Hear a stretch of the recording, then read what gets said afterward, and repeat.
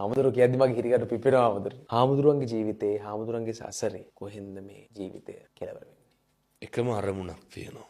දැන් පළවෙනි පාරට මම මේක මාධ්‍යයකට කියන්නේ. මම දැන් ධර්මදේශනා බාර අරගෙන තියෙනවා ලබන අවුරුද්දේ අප්‍රේල් වෙනකම්. එහෙමයි. එක දවසකවත් හිදසක් නැතුව. මෙච්චර කැපවීමක් කරන්නේ ඇයි? මොන වාසිය වෙනුවෙන්ද? හොඳටම දන්නවා. මෙහෙම කියනකොට සමහරව හිතයි සල්ලි ගන්නවා කියලා.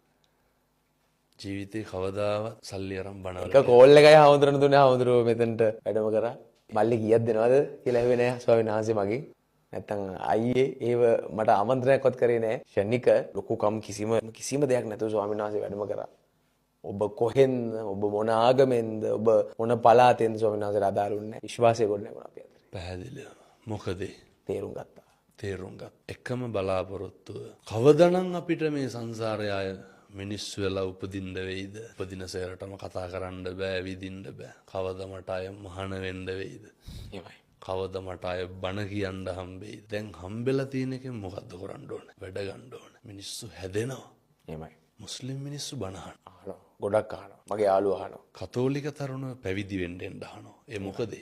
මිනිස්සුන්ට අතට අහුවෙන දේවල් කියනකොට මේ දර්ශනයේ තියෙන ප්‍රායෝගික පැත්ත 2025 ජීවිතයට ඇදලා අරගෙන දාලා කියනකොට ඒකට කොහෙන්ද ආගම? මනුස්සකමට කොහෙන්ද ආගම? 2045ට ගියත් 2100ට ගියත් ධර්මය එදාට ගැලපෙනවා. ගැලපෙන අකාලිකෝ මේක අකාලිකයි. මේ සර්වකාලීන දහම මිනිස්සු වැළඳ ගන්නවා. අර නොපෙනෙන දේවල් කියපුවාම නෙමෙයි මම මේ කාටවත් ගරහනව දොස් පරොස් කියනවා එහෙම නෙමෙයි.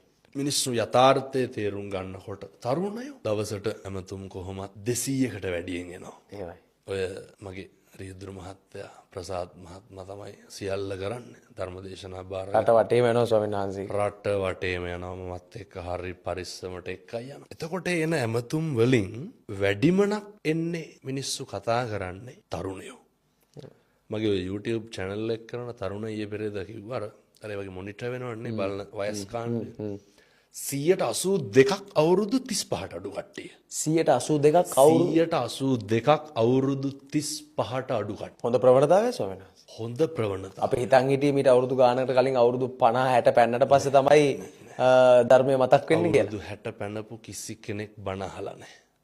තරුණයෝ බණ අහන්නේ ආතල් එකට නෙමෙයි. හැදෙන්න. එහෙමයි. හැදෙන්න. තරුණයෝ වාහනේ යනකොට නිකන් බණ දාගෙන යන්න ඇහුවොත් මම අහන්නේ. දුර්වලයි, අඩුපාඩු බහුලයි, හදිස්සි කෝප ගොඩයි, විශ්වාසය කැඩීම් ගොඩයි. හැබැයි ධර්මය ඇහෙද්දී මම නිවෙනවා. හැදෙනවා. මම හැදෙනවා. දැන් මේ වැඩසටහන බලන උදවියට හිතෙයි කමෙන්ට් කරයි මම හාමුදුරුවෝ